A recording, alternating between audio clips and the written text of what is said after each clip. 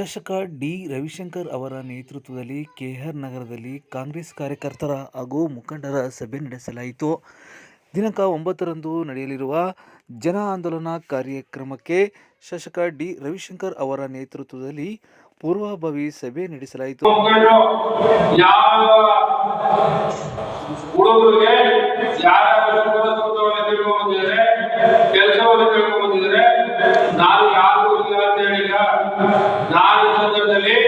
ನಮ್ಮ ಕಾಂಗ್ರೆಸ್ ಪಕ್ಷ ಮುಖಂಡರಿರ್ಬೋದು, ಕಾರ್ಯಕರ್ತರಿರ್ಬೋದು, ಒಂದು ಕಿವಿ ದೃಷ್ಟಪಡಿಸಿದ್ದೇವೆ. ಇವತ್ತು ಕಳೆದ ಒಂದು ವರ್ಷದಲ್ಲಿ ಸಾಕಷ್ಟು ಜನ ನನ್ನ ಜೊತೆಲಿ 15 ವರ್ಷ 20 ವರ್ಷ ರಾಜಕೀಯ ಜೀವನದಲ್ಲಿ ಅವರನ್ನು ನೋಡ್ತಾ ಇರ್ತಕ್ಕಂಥ ಕೆಲಸವನ್ನು ಮಾಡ್ಕೊಂಡಿದ್ದಾರೆ.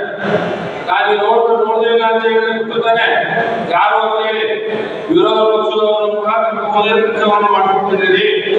ಎಲ್ಲ ಸಾಮಾನ್ಯರಿಗೆ ವಿರಾಜನೆ ಮಾಡ್ಕೊಳ್ಳೋದು, ವಿರಾಜನೆ ಮಾಡ್ಕೊಳ್ಳಿ, ಏನಾದ್ರು ಮಾಡ್ಕೊಳ್ಳಿ.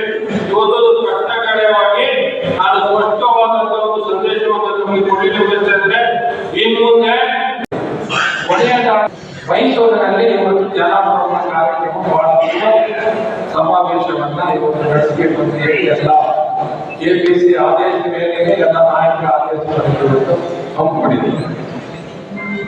ನಿಜ, ಇವತ್ತೇನು 2ನೇ ಬಾರಿ ಮುಖ್ಯಮಂತ್ರಿಗಳಾಗಿ ಅತಿ ಹೆಚ್ಚು ಬಡ್ಜೆಟ್ ಅನ್ನ ಮಂಡಿಸಿದಂತ ಕೀರ್ತಿ ಹೊಂದಿರುವಂತ, ಯಾವುದೇ ಕಳಂಕರಹಿತವಾದ ಆಡಳಿತವನ್ನು ನಡೆಸಿದಂತ ಸನ್ಮಾನ್ಯ ಸಿದ್ದರಾಮಯ್ಯನವರ ಮೇಲೆ ಒಂದು ಕಪ್ಪು ಚುಕ್ಕೆಯನ್ನು ತರುವಂತ ಪ್ರಯತ್ನ ಮಾಡಿರುವ ಬಿಜೆಪಿ ಮತ್ತು ಕಾಂಗ್ರೆಸ್ ಮತ್ತೆ